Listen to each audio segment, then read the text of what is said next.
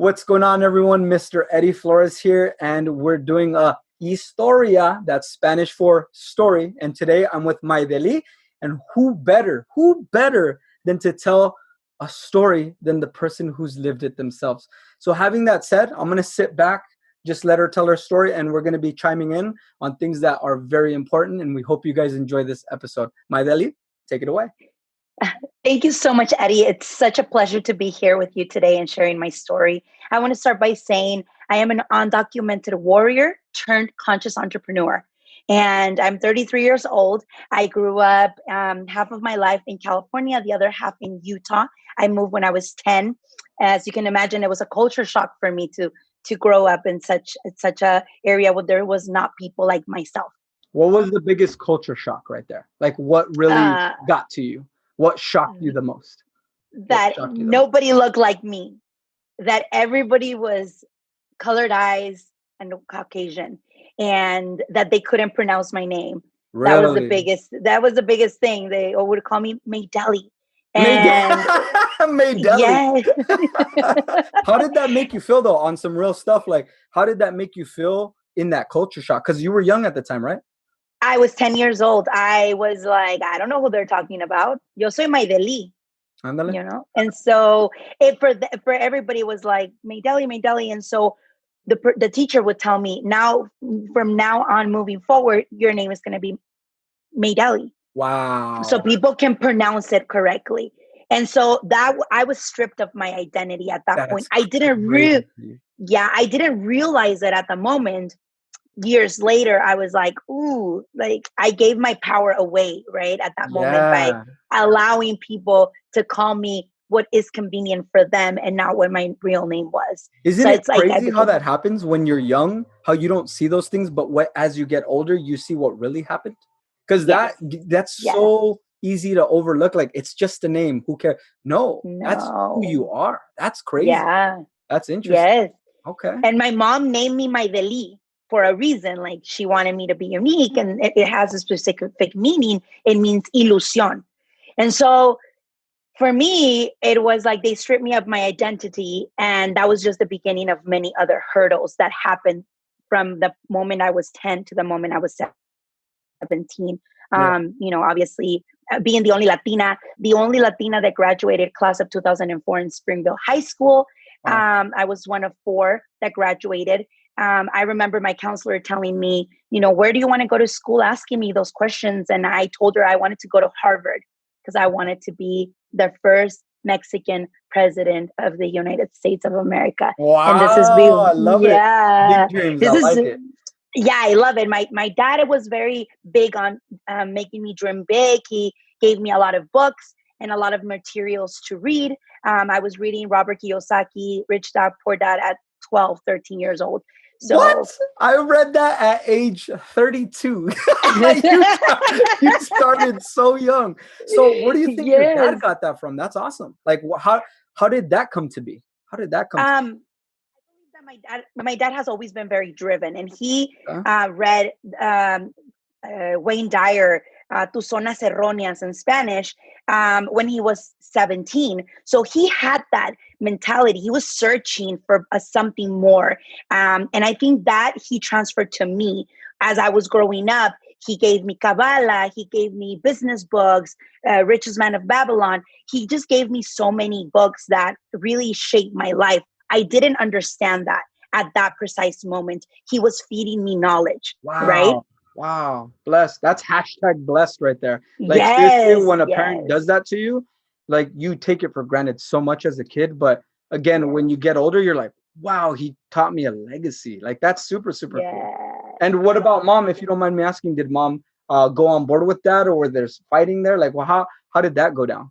No, not at all. My mom didn't understand at all what he was trying to teach me. She just allowed him to just give me that. She was kind of like the one that pampered me, that gave me the love. My dad was more of a tough love. But it was a nice compliment. And got both, the best of both worlds right there. I got the best of both worlds. It was when I turned 17 and I was prepping to go to college, and you realize, this counselor was asking me, where do you want to go to school? I said Harvard, and she told me, you can't do that. It's too expensive. Ooh. And Did that make I your blood boil? shattered. What did that do? Like, did that shatter you or did that drive you? What did that do? Honestly, what did that do? Honestly, I was mad. At that point, I was like, Blood boil. excuse me, you're not going to tell me where or what I can do, Hell because yeah. my dad had already taught me this way of thinking. Wow. And You said something important.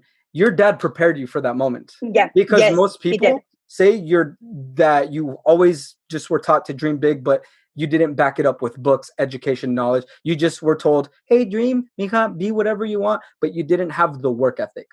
That Yes, would literally break you at that point. Like when they say yes. no, that usually shatters someone where they go, I can't. But since you read books, since you educated yourself, since you got that knowledge, you probably were like, hell no, like no way. Like I've read books, I kind of know what I need to do. And I say kind of because you really don't know what you need to do, but you Yeah, kind of have yeah, an yeah, idea. Like, no, I yeah. just need to be persistent. I need to ask good questions. So really dive deep in that moment right there, because I think it's going to help the audience, where when you feel that moment, you either break or you either grow. You chose to grow. Go take us back to that moment where your blood boiled. How did you feel and what was going through your head? I remember that I got really red in the face, because I still can remember the sensation in my face of like really upset, because you also are taught that you needed to be, I needed to be respectful. Of course. She was older than me. So in my head, I was creating this strategy as how to be the nicest, polite, but assertive at the same time. Okay. So my blood was boiling, and I was really upset. And I was like, I'm going to make it. And she's like, well, you can, because you're undocumented. And I was like, what? What is this lady talking about? What does undocumented mean? I Yeah. didn't even know what that word meant. No, she Wow. didn't say undocumented. She said, you're illegal. Wow. She used a very like negative word. And I remember thinking like, I didn't know how to manage that. I Yeah. just knew that whatever she was telling me was not true for me. That was a reflection of her and her frustrations. And I knew this very young. And now I think about it and I'm like, wow, that's really powerful. It's what came after, because you can have a lot of drive, you can have a lot of knowledge. My dad did prepare me for this moment, Yeah. but moving forward and realizing you're undocumented, you're illegal, right? I hated using that word, but that's what the word that was used in 2004, Yeah. where I couldn't really go to school. I didn't have a social security number. I couldn't go to school, especially in Utah. So much And hurdle. so, So much so hurdle. much hurdle. Yeah. But I remember thinking, I'm going to figure it out. So I remember going, on MySpace and, checking out, like, there has to be more people like me out there. And I started reading that there was this thing that I could come to school here in California, Okay. that I could go. It's called AB 540. And they had just recently approved it. So that meant that if you graduated from a high school, small print that I didn't read, in California, you could go to college. Oh, I wow. didn't read that. Yeah. I just packed my bags and I just moved to LA by myself at 17. Oh, how old were you at this time? 17. Damn, that's so crazy. So you packed your stuff. Did parents know, or did you surprise parents and just left? No. So I told my dad I want to pursue higher education. Okay. This thing of me not having, documentations to be legally in the States is not going to stop me. He Awesome. wanted me to stay in Utah, but he wanted me to do things a certain way. But my vision was I want to go to an Ivy League school. And Wow. what better way than to be close to that Ivy League school? So if I move to LA, I'm going to be close to UCLA, Stanford, and I'm going to be able to, proximity is power. I always say that proximity is power. And I understood that very young age. So I moved myself out here. He didn't agree, but they both supported. Now I understand that for them, it was the hardest. I know you probably don't talk too much about this, but what was the conversations with your dad like? Like that whole because your dad sounds like a powerful dude. Like, he taught you all that. How harsh and powerful were those fights where you like really had to convince him and you said, no, papa, I'm going to go do it? Like, how hard was that? Well, thank you so much for asking that question. Nobody has ever asked. Yes, the conversations were very tough and we got at it very, very, very aggressively. To the point that he told me, if you leave, you will not get any help from me. if you don't have food to eat, if you don't have money for gas, I am not going to help you because you just made a decision that goes against what I want you to do. But oh, dude, that is hard. That is hard because you love the man, but and that's kind of like that moment again. You were giving the other like, yes, do I break or do I grow? Now with this one, I'm pretty sure that one was a tougher choice. Like I wouldn't know what yes. to pick. How did you do that? That's crazy. Did you just Well, were you set on your ways and you just said, I just need to do this? Like, how did you get past that? Because that you conversation with know, pops is tough. That's tough. yeah, I think my vision of like the man he was or he is in Utah, everybody knew him. I knew Yeah. that I was never going to be able to say that I was undocumented, and I didn't want to be in a cookie box. Got it. And I was always a visionary, so I saw myself like I wasn't going to be able to thrive in a place that was very cookie cut, that believe a certain way. So I didn't want to fight, and he wanted me to stay, and I said no. But see, that's the thing. That's the double-edged sword that he Yeah. didn't understand, Yeah. right? He He gave me all raised the this savage. knowledge. He's like, he raised the Yes. savage. He didn't know. He had this coming. Like here's the funny thing, and I know it's gonna happen with my kids. I'm gonna teach them these skill sets too. Like, hey, you need to push hard, you need to be better. And there's gonna be a point where they're gonna do their own thing, and it may go against with what you kind of want them to do, Mhm. but they need to do that. So I'm glad that you did. Yes. And yeah, let's keep the story rolling. This is good. This is Yeah. really good. So I moved to LA, and yeah, it was tough. It was tough because I couldn't get a job because I didn't have, work permit or a legal way to work. The school, college was tough for me. I ended up going to East LA College. It was Okay. very tough for me. And then I was diagnosed months later with depression. Got it. And I didn't understand what depression was. And then I started getting really sick. I was constantly sick all the time, physically sick. Physically. And do you think this happened when you moved to LA? Like when you went there? Is that when it yeah, happened, like all that triggered? yeah, absolutely. Absolutely. Now, looking back, Yeah. it was the bitterness, the resentment of me being undocumented and me trying to blame somebody, which in this case was my dad. Wow. He was to blame. I'm not legal in the United States because of him. So that anger Gotcha. built up and got me sick. So that's what happens. You hold on to a sentiment that's negatively vibrating. It encapsulates and it literally destroys your immune system. And that's what happened to me. That I was constantly sick with the flu, I was cough, my immune system was horrible. And then, months later, depression, I was upset. I was angry. I was having these outbursts of anger. I was crying all the time. And it was a moment where he told me, you either come back or you're going to fight this on your own. Damn. And at that point, I did not go back. Wow. Because he told me trying to get you back. Like he was on the phone saying, hey, you need to come back. Wow. That's crazy. You need to come back. You're sick. You can't support yourself. You have to come back. Or if you don't listen, then you're going to have to go through this on your own. And I didn't. I didn't go back. It actually, it made me be more driven. Okay. As to, yes, I know. So yeah, it built you up at that point where you're like, I need to make this work now. I need to make it work. But I couldn't go the conventional route of going to therapy and getting medication because I was undocumented and I didn't qualify for, any health insurance. I didn't have the money for it. And at that point, I searched for a holistic approach, which wasn't as popular as it is today to healing. And so, where was this at during the time of the internet? Like when you were researching this, like how new was it? Has it been around for a while? Because I know internet just came out not too long ago. If we really break it down, kind of new. So like, how far along was the internet, would you say, when you started researching that stuff? Because I feel like information is so easy to find today, but back then it was a lot of work. Back then, no, yeah, it was. I mean, it just started. 3-4 years. Like, okay, so it was very fresh. Yeah, it was very, very fresh. So how did you find it? How'd you find that?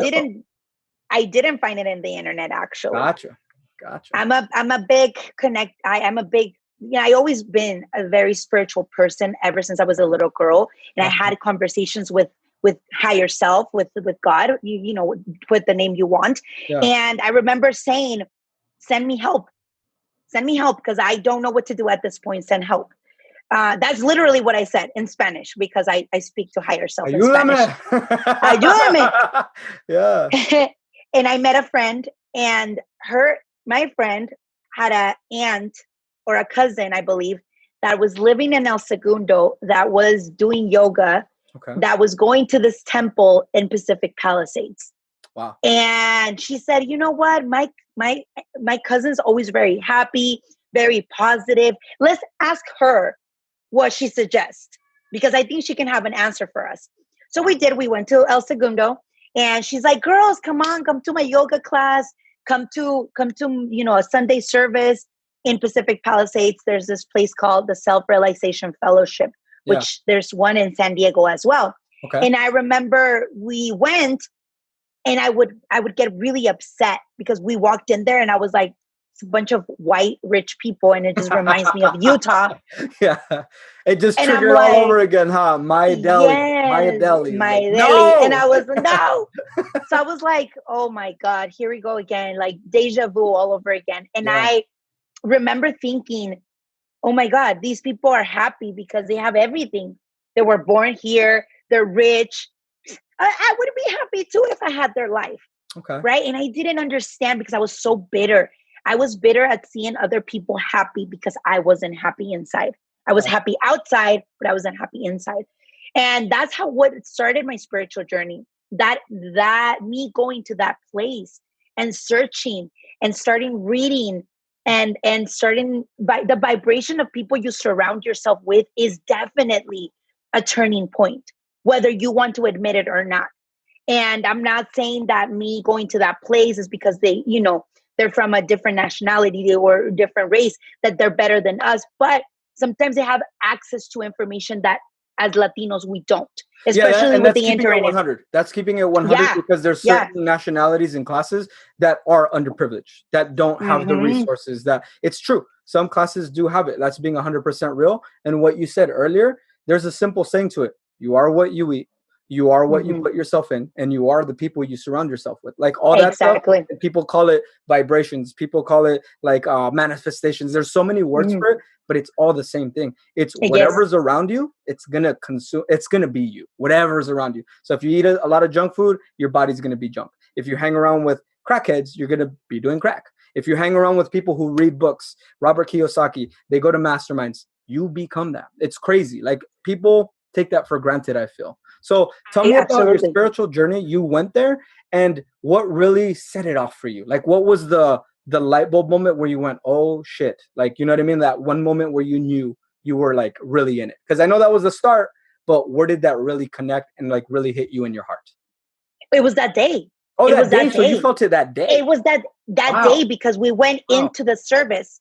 Okay. We went into the Sunday service, and they literally showed us, like guided us in a meditation to close our eyes. And I remember my eyes were like twinkling because I wanted to open my eyes so bad. And they were like, you're like, I'm like, okay. And now I understand that I was going through so much trauma that my body, just my mind, my body, physically, I couldn't stand still. And at that moment, I was sitting with myself, and I was sitting with everything, the emotions, the anger. I was sitting with it, and I saw it all, and I felt it all. Wow. So you felt it day one. That's powerful. That's really, really powerful. Day one, I felt it. And it was because I feel like I had a connection with higher self. And at that moment, somebody just guided me.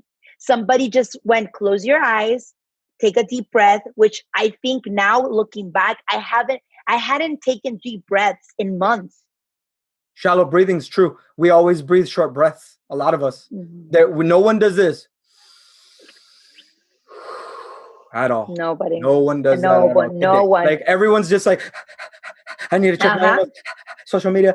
It's crazy. Somos como perritos. Yes. Sí, es verdad. Yeah. It's so true. And so for me, at that moment, realizing maybe I had a year without even breathing deeply. Wow. that I went in there and it was just calm and it was peaceful. And it was like everything just came into place. Obviously, there was a lot of chaos going on. There was a lot of hurdles that I had to go through, but that was the beginning of something amazing. Then, because of that vibration, I attracted a lot of people into my life. One of which was like, you need to change your eating habits. What are you having for breakfast? Yeah. You know, I was attracting all these people into my life at 19 years old that were my mentors. You know, that particular person that helped me realize what you put in your body is gold. Like, you need to make sure that you are putting nutrients in your body. He was also the person that I worked for as a personal assistant, that he ended up taking me to this like personal development seminars. Oh, you're lucky. Well, not lucky. You're in the right place at the right time, but At the you right made time. that decision happen though. Like, if you hadn't made all those steps, if you hadn't said no to dad, if you hadn't said to that person, I'm going to show you up, if you hadn't packed your bags, none of this wouldn't happen. That's the crazy thing that people don't get in life, is that things happen for a reason. Like, everything happens for a reason, and all those steps equals this. Now, while you're doing this, were you doing school? That's where I'm a little like, you were still doing school. Damn. Okay. I was still. And that's where my entrepreneur journey also began. Because Tell me about that. Tell me about that. I ended up doing a multi-level marketing that I joined. And that's, you know, it was a nutrition company, or it is a nutrition company. And that's where I started personal development, you know, making sure what I was eating was good for my body, high vibrational foods. Now I look back and I'm like, well, obviously, you know, I was surrounding myself with really positive people. I was eating right. I was drinking enough water. I was doing deep breathing. Yeah. You know, all these things that I was doing, but I was also going to school. This was just a mean of extra income so that I could pay for books. Yeah. Yeah. But it was an entrepreneur journey. Number one, because you said you've done multiple entrepreneur. That's number one. Yeah, so that's number one. Now, that MLM, what was the biggest takeaway you got from that? Like, working MLM, because I feel like a lot of people, when they hear MLM, they're like, pyramid scheme. But I'll tell you this, the reason why people call them pyramid schemes is because it's easy to blame someone else. They say, that's a pyramid scheme. They're all like that. No, bitch, it's because you failed. It's because you failed and you can't eat that. A lot of people can't eat their failures. Most people don't succeed because they don't want to grow personally. They don't want to call. They do not want to do sales. Everyone hates sales. Like, they feel icky. There's a right way to do it, and I teach that. But the cool thing is, they failed at those three things. So in MLM, I like them because it's the cheapest way to practice business. Like, your overhead is $200, $300. You don't have to pay employee salary. You don't have rent to pay for. You don't have equipment to pay for. It's great practice. It's great practice. So for me, I would say MLM, the biggest thing that I like about them is it gives you practice to see if you got what it takes in business. That's what I Absolutely. So how about for you? How about for you? So let me just say that everything that you do in life is sales. Let me just start with that. That's so true. You have to sell yourself, even in a job. Everything is sales. Okay, so let's get out of the stigma of, I don't like sales. Excuse me. Everything in life is sales, even when you're fighting for a job. So that's number one. And number two, yes, it is the cheapest way to learn if you got it. And at that moment, that precise moment, I was playing a businesswoman. But there was a lot of things that I needed to work on myself. A lot. Business is working on yourself. Exactly. And I was doing everything that were telling me to do, and my business wasn't thriving. And I look back to think about it, and I love MLMs. Like, people can talk bad about them, but I love them. And I will tell you why I love them. Because they made me see the bad and the ugly of me that I needed to work on. Yes, it uncovers the truth of you. It uncovers the truth, because it's like a mirror. You will attract into your business the person that you are. Yes, indeed. 1,000%. I agree. And so for me, that's what it was. I had people in my team that weren't doing the inner work, that had a lot of personal problems, that had a lot of anger. I was attracting that because that's who I was. As much as I could fake it, and I could be like, I'm reading all these books, which I was taking in a lot of personal development. I was going to school. In certain areas of my life was amazing. But inside of me, that anger, the resentment, the bitterness, it was still there. So my vibration was attracting those type of people that weren't committed fully. They just wanted to fake it till they make it. And that doesn't work. Oh my God, you hit something so big and it just clicked in me. I never thought about this, but when I first started my MLM, it was with vector marketing. So selling knives door to door. I was good at Mhm. it because I've always been a people person, but there was one thing that I noticed that I attracted to myself was other people that bitched about the whole like, oh, this is like so salesy. Like I thought that deep down in my heart of hearts, like I would always say, this sales thing, I don't like it. It's so sleazy. I have to call my tia and like do this and ask for referrals. This is icky. What that really translates to, like you said, it's the mirror. It was a reflection of just fear. I was scared to Mhm. ask people outside of my circle. I was scared to ask for the sale. I was scared to see if I deserve more money. Because in my head, Except there's for the always an underlying thing. And most people just see it at surface level of like, man, this company's weird. They're asking me to call my parents and like my cousins, my tias. Yeah, that's to like work on yourself. But most people won't dig that deep and say, what I really am is scared. And that's what I was. scared. And now I'm not scared. Like I'm doing these interviews, I'm starting to meet new people, shake hands, talk to CEOs eye to eye confidently. Whereas before, I was a scared man. I was. When I was first starting Hmm. my businesses, I was fearful of judgment. Fear was my jailer. So for Yes. you, would you say, was it the hatred that was the resentment? Was that your jailer for back then? Yeah. Yeah. I think it was. Yes, Gotcha. absolutely. Gotcha. It was, I want to make it because I wanted to make it big. At that point is when I saw that I could become a millionaire. That was Gotcha. the first time that I saw that I could be a millionaire by helping people, because that was the basis of all the businesses that I now have, was that moment that I want to believe in the thing that I'm doing. I'm not only selling you something, I'm selling you something that I personally absolutely love. Exactly. Right. And Yep. that was the beginning of my entrepreneur journey. And obviously, throughout the years, I have added different elements to it. But I think the biggest takeaway, it was about showing me about myself. Yeah. It made me see things about myself. That if you don't, the more that you work on yourself, the more your business will thrive. It's not about luck. It's about the harder I work, the luckier I get. Right. But it's the harder you work, they forget to tell you, the harder you work on yourself. Yeah, yeah, because people do this, and this is going to be so valuable for everyone. Most people say they've been in business for 8 years, but the funny thing is, most people have been in year one. And I think it's Billie Jean is marketing who says it best, is that you've been working on year one in your business for 8 years. For So eight you're just years. like doing Yes. the same thing over and over and over and not growing. And when he said that, I went, Yes. damn, like that's deep, because most people do the same thing. Oh, I have a referral program. People come to me. Oh, my website, I ain't gonna touch it. It's not broken. They're not growing. They're not pushing themselves. They're not learning social media. They're not learning to do video. They're not learning how to sell. They're not learning how to be more confident. They're not learning how to hire. They're just comfortable. They're set. And that, like what we talked about before we got on the show, is I hate being comfortable. Like that's my mission in life, is to make people uncomfortable, especially in the middle class. So that's really cool. So that's your first baby in business. Now tell us, like, how, did you finish school? Did you just jump to entrepreneurship? Where are we now during that time phase? So now, fast forward, I graduated with my AA degree in 2015 from East LA College. I Nice. then pursued my BA in Kelsey Dominguez Hills, which I graduated fall of 2017. And Let's not fast once forward past that. again, How the hell did that make you feel when you got the AA? After all that shit, after all that shit, how did that make you feel? The truth. Did the you truth, cry? Were you like, I want more? Like, what was your mind at? I was mad that it took me long. I was upset. There's that ambitious girl. She's like, I'm just mad that it took Yes. me that long. Yeah, Damn. I didn't even go to my graduation because I was so upset. Like it wasn't good enough for me.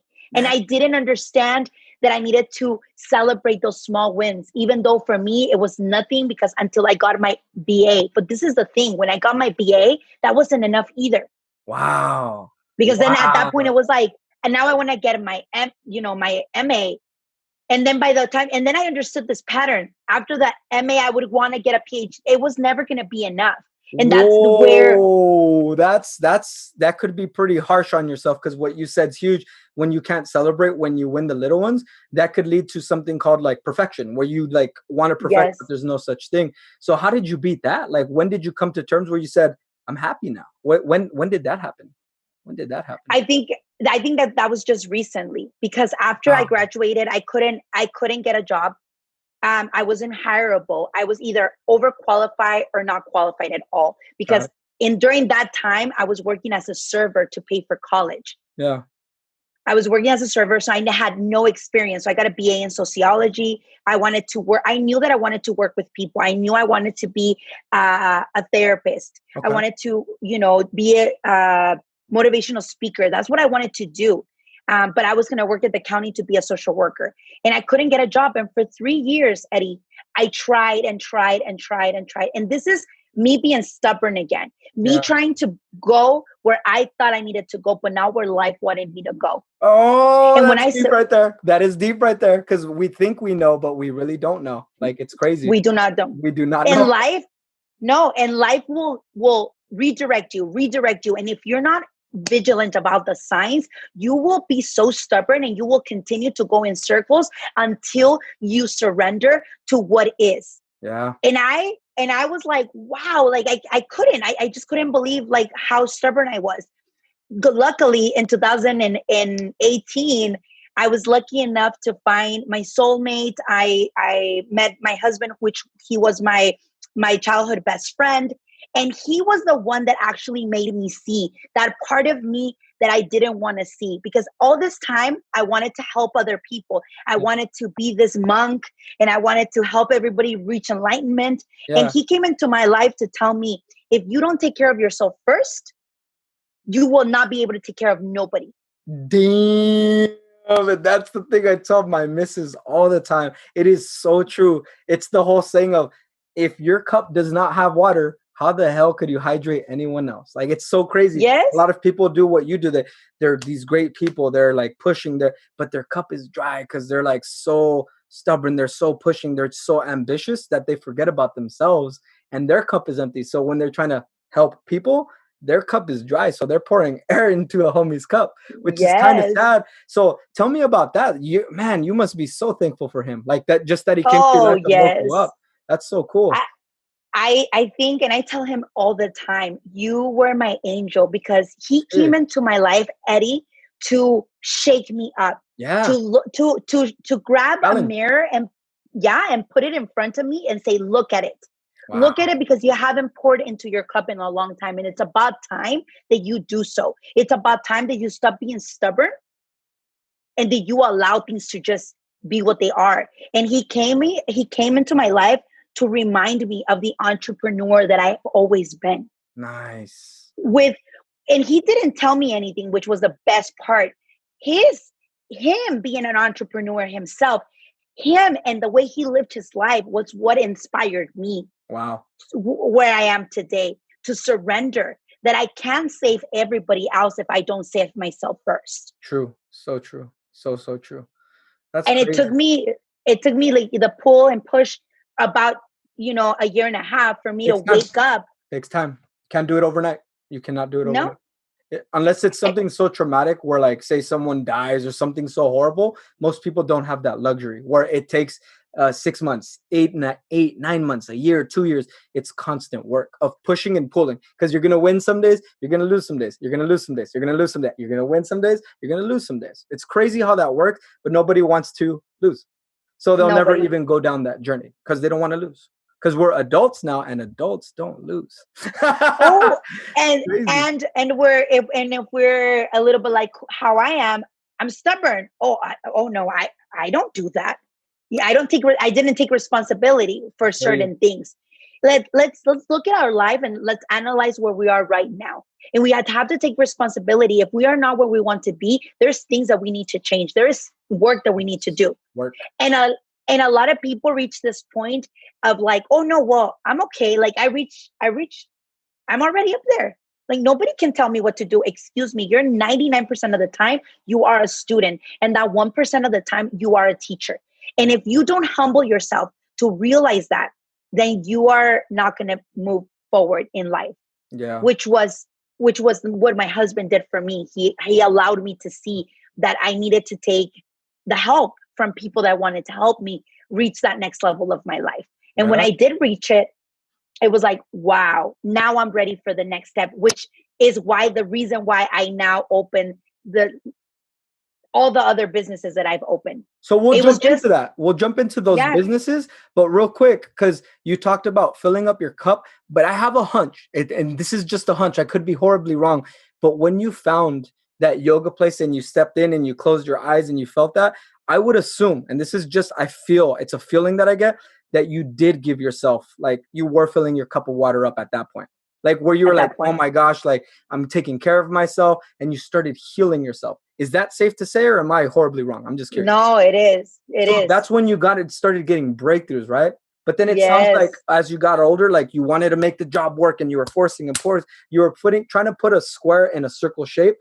That stubborn thing, did you feel like your cup was evaporating during those 3 years of trying to get the job? Like, you know what I mean? Like, were you still going to the yoga thing and trying to fill up your cup at the same time while you were doing that? Walk me through that part before we go to the businesses. Yes, I was. I was doing a lot of personal development, a lot of business, but I wasn't looking at the dark side of me. Ah, that's the secret. Okay. So Right? like I really was, facing your inner self, like yourself. yes, Got it. yes. Got it. Like I was just, oh yeah, I'm gonna read this book and I'm gonna read this other book and I'm gonna go to events. And I went to a lot of events. Eddie, if I told you how many events, personal development, healing events that I've been to in the last 14 years, and I've spent money and time and effort, but I didn't want to see the dark side of me. Oh, that's so trippy, dude. You could not have said that in the perfect time, because that's one of my recent breakthroughs is what you're saying right now is like really facing up and owning up to your own shit. Like really Mm-hmm. owning up to your own Mm-hmm. shit and saying,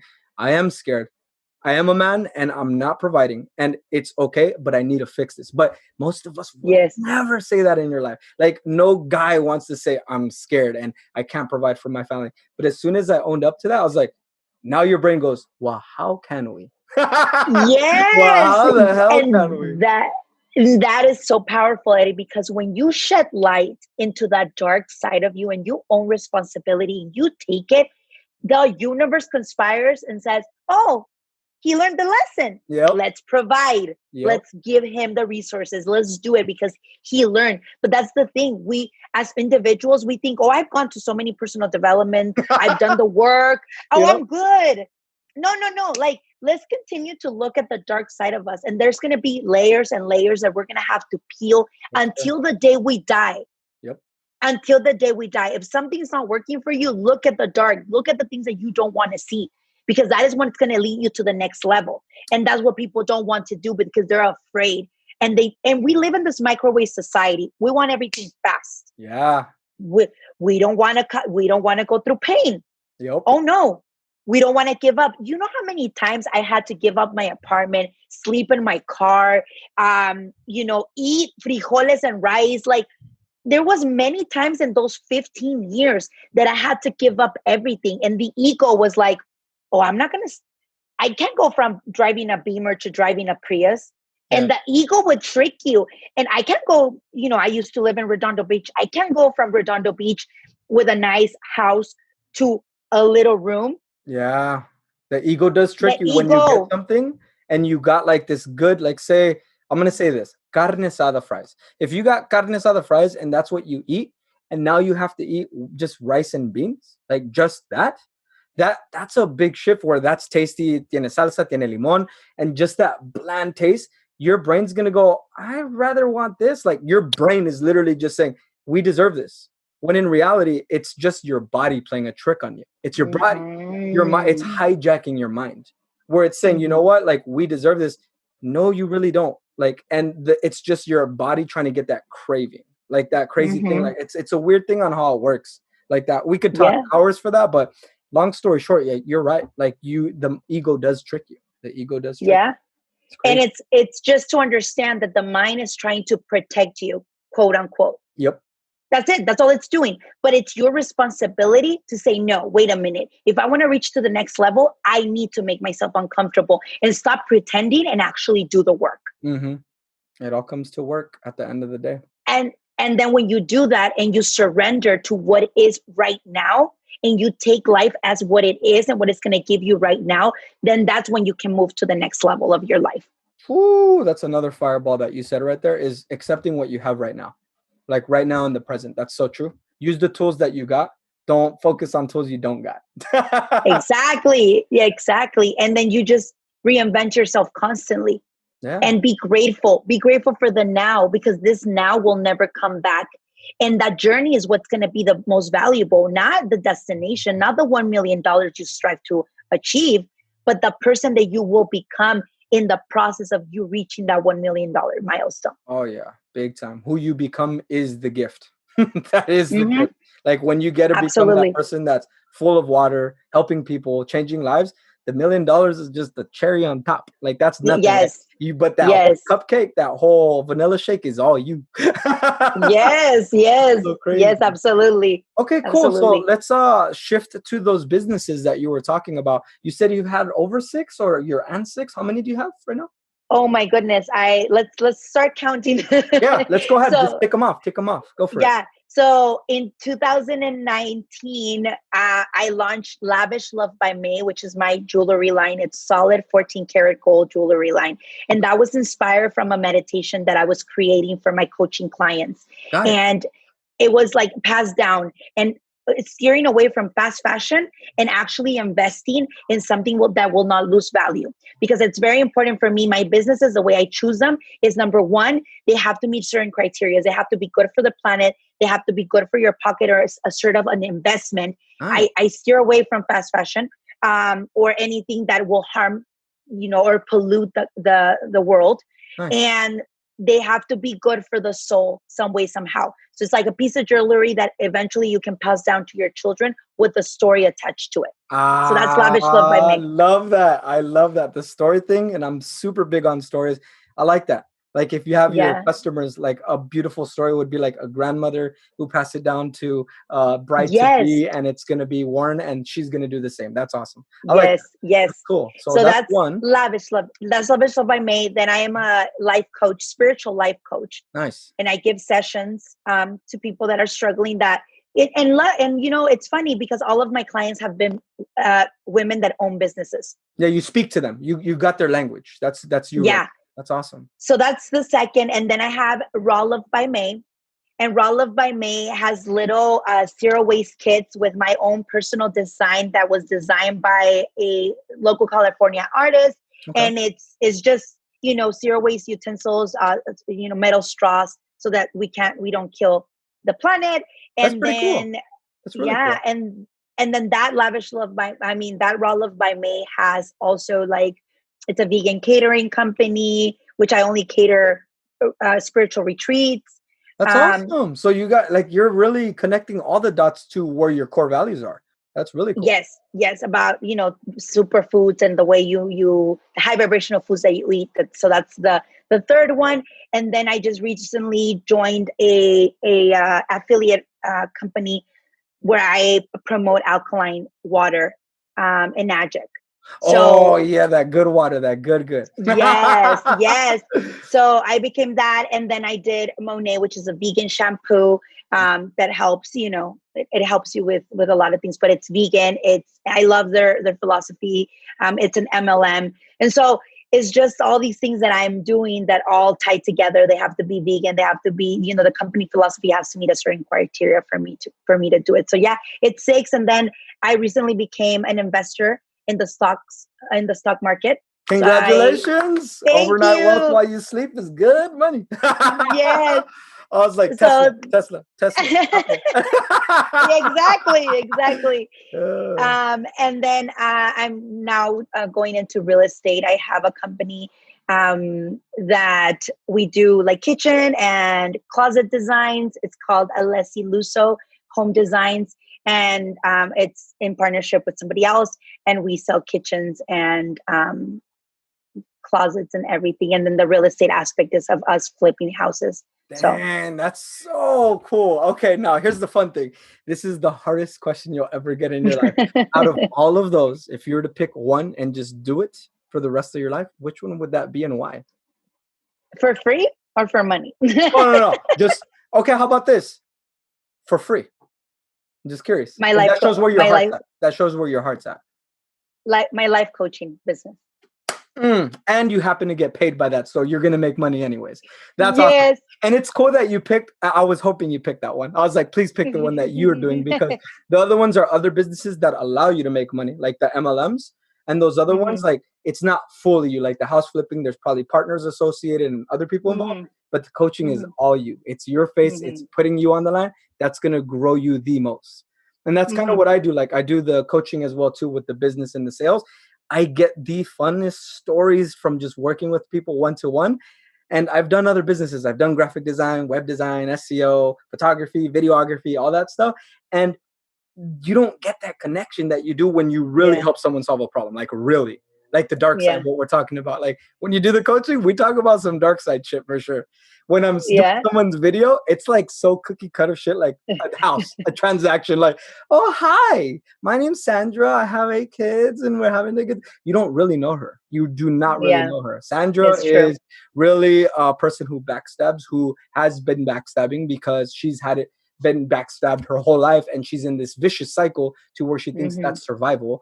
She needs help, but you'll never know that until you get her as a client. It's crazy. Exactly. Like that. I like the cheese muscles, like all that stuff, like those stories I love. Like that to me, I'm not going to do it for free, but I would do it for free. Like when you said that, because I need to eat too. But at the end of the day, like, man, it's so empowering. And tell me now, what's your why? Like you chose that. Why would you do that, like, for the rest of your life? I probably know the answer, but I just want to hear it.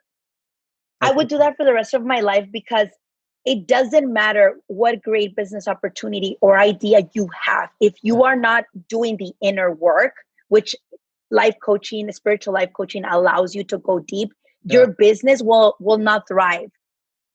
So that's where it starts. Honestly, with a life coach that tells you you need to eat properly, you need to drink enough food, you need to go inside, and why are you attracting these people that don't pay you? There's a reason. There's some scarcity mentality. There's some, there's something about your abundance that you have to work on. So I think for me, it starts there. I agree. It starts there for everybody. And that's why I love to do it, because I can change people's lives and I can see them take their business from 0 to 100,000 a year, because they worked on themselves, on the scary parts that nobody has ever questioned, because that requires a lot of work. Right. And it's like no one, I'm sorry to say this, but audience, out of 10 people, probably one of you will push someone to do something great. Probably one. And I'm even safe to say 0.5, 0.25. Most of us have bullshit conversations. We talk about the weather. We talk about our clothes. We talk about the sports. We talk about what's on TV. We talk about what's going on in the world, but we don't talk about ourselves. What a concept. We're so quick to help other people, but we're not quick to help ourselves. So it's crazy. That to me is very crazy. But let's just say something. If you are talking and you're giving people advice, your life better match what it is that you are trying to say. You have to be congruent with what you're saying and how you're acting. If there's no congruency, people are going to read through your bullshit. Oh, for sure. The bottom line. Big time.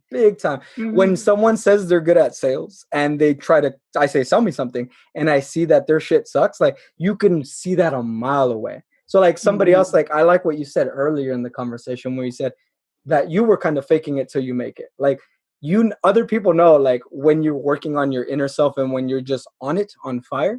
I'm pretty sure like when you were first taking on your first clients as the spiritual coach, they weren't that great, because the first time I coached, it sucked bad and people could read it. But what did I do? I failed and I got better and better and better. And now could do that literally with my eyes closed. I know what questions to ask and I know what makes people tick. So like, did you feel the same thing too? Where and that's the funny thing, like the whole congruency thing, it all comes down to this keyword that we keep saying over and over. It's work, people. She worked her ass off her whole life. She did not stop. She did not take no for an answer. She didn't listen to her dad. She didn't let sickness get to her, even when she was diagnosed with it, with the whole, like the depression thing. That is something that literally consumes your life. It really does. And the cool thing is, you overcame that. You overcame that through work and by challenging your dark self and by higher power stuff. And I know a lot of people don't like talking about that, but please, people, let's talk about that. Higher power, there is something. And what you said, I love. You can call it whatever you want, but it's not all you. There's a higher No. God. Trust him. Yeah, absolutely. Trust him. Yeah, absolutely. Big time. Big time. So, oh my gosh, we went a lot over, but I love it. Like, it was so No, no, good. This no. was so juicy. Yeah. This was so juicy. So we'll end it like this. So I know we talked about your businesses, but let's talk about now the hardest thing. We talked about it a lot, and I saw a lot of hurdles, but on some real ass shit. What was the hardest thing out of all this? The hardest thing, and how did you overcome it? The hardest thing. The hardest thing was to accept that the life that I had was the life that's what I had. That was meant for me. That I couldn't wish that I had a better life. I couldn't wish, oh, I wish I, no, there, I had to accept. And the accepting part was very difficult for me to accept where I was. But that the way that I was born was definitely not going to be the way I was going to die, because I was going to leave a legacy. And with that in mind, that's what made me push and move forward. But the toughest thing was to see the dark sides, those things that I was inherited by my family, by my ancestors. Because yes, we do have a lot of wisdom within our DNA. We have a lot of wisdom within our DNA, but we also have a lot of baggage from our family that we carry. The way that we think, all those things come from our family. But when you realize that and you just look at it and you work at it and you become a better person consciously, game over. That's where it all changes. But just accepting that, yeah, I wish I would have had a better dad. Yes, I wish I wouldn't have gone through the hurdles that I went through in my life. I wish I was born here in the United States, but I wasn't. And that's okay. But the life that I was giving is not going to be the life that I'm going to leave behind when I die. That's for 100% fact.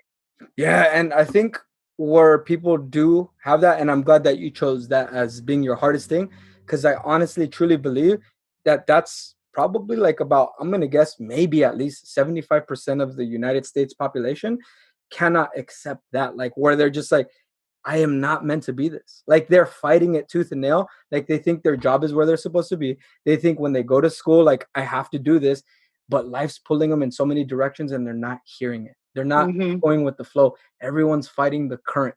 That's why people are sad. That's why people hate their jobs. They're not really giving their mind, body, and soul a chance to discover new ways of life. Like, most people will literally, what you said is so crazy.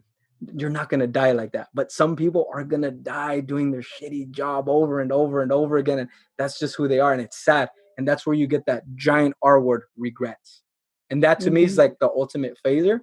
And I'm glad that you're the opposite, because you're going to inspire someone. I promise you, like, by someone watching this, they're just going to go, oh my God, I don't want to die like that. Like, you're going to talk to someone and that's just going to wake them up. And I can't wait to hear their story. And I just want to say, if there's something that's not sitting well in your gut, if it's not sitting well in your body, you're getting sick constantly, listen to your body. There's a reason why your body is acting this way. If you're constantly sick, if something's not feeling right, if you're fed up of your life, you have the power to change it.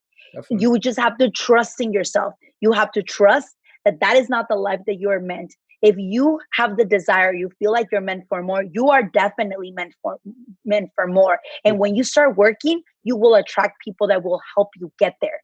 Yeah. And you have to allow the help too, right? Because a lot of people, that's where the fight is too. Like, I need to do this by myself. You don't. No. We're human. No. Like, we need multiple people. Like, we're all on the same team. We're not against each other. And I'm a soul believer. Exactly. Like, you can't really do it by yourself. No, you can't. You need to allow the help, but you also have to be humble enough to listen to the advice, the people, and be careful who you're taking advice from, because if the person that's giving you advice doesn't live the life that you wish you want to live, then don't listen. Exactly. I mean, also be very, very, very cognizant of that. But just know that you can make it, but it's going to require you losing a lot of people, especially your family members. Especially my dad didn't talk to me for about 3 years, but you're going to lose a lot of people. But how bad do you want it? Big time. And how's the relationship with parents now? Like, after all this? Now it's so much better. Obviously, we all have our hurdles. For sure. They're not perfect. I'm not perfect, but it's beautiful just to see our growth. And now we give each other the space to be who we are. Nice. We have arguments like anybody else. We're That's not normal. aliens, everyone argues. but it's normal. But there's a lot of love and a lot of respect as to where our paths So are the love going. is back. Yeah. Yes, the love is back. The love is back for sure. That's awesome. Okay, so we'll sign it off with this. And I love giving Thank you. people the opportunity to just say 1 to 3 things like of your biggest tips that you can give to someone who wants to change their life, like make a better story. What would you tell them? What would you tell them? I would tell them to look at 4 areas of their life. How is your health? How are your finances? How is your relationship with people? Like, is there somebody that you haven't talked to for forever? And start analyzing your patterns. What are those things that you continue to repeat constantly, day in and day out? Ask the uncomfortable questions in those 4 areas of your life. Okay. If you have debt, there's a reason. Maybe start checking the relationship you have with your parents. Relationships are very important. So, start looking at to those four areas of your life and start asking those hard questions. Nice. I like that. So, man, if you need a coach who already got the answers to those things and can help you find those out, you got it right here. It's awesome. So, thank you. Any last final thoughts that you want to share with the audience? You did so amazing. Your story is so cool.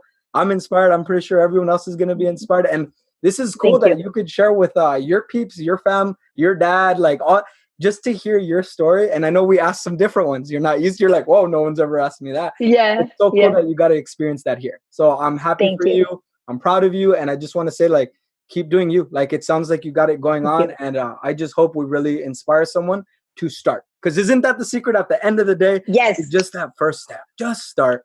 Just get out there and take that first step and be okay with failing. That's the one thing that I do love is when you fail, fail miserably, learn, but keep trying. Never give up.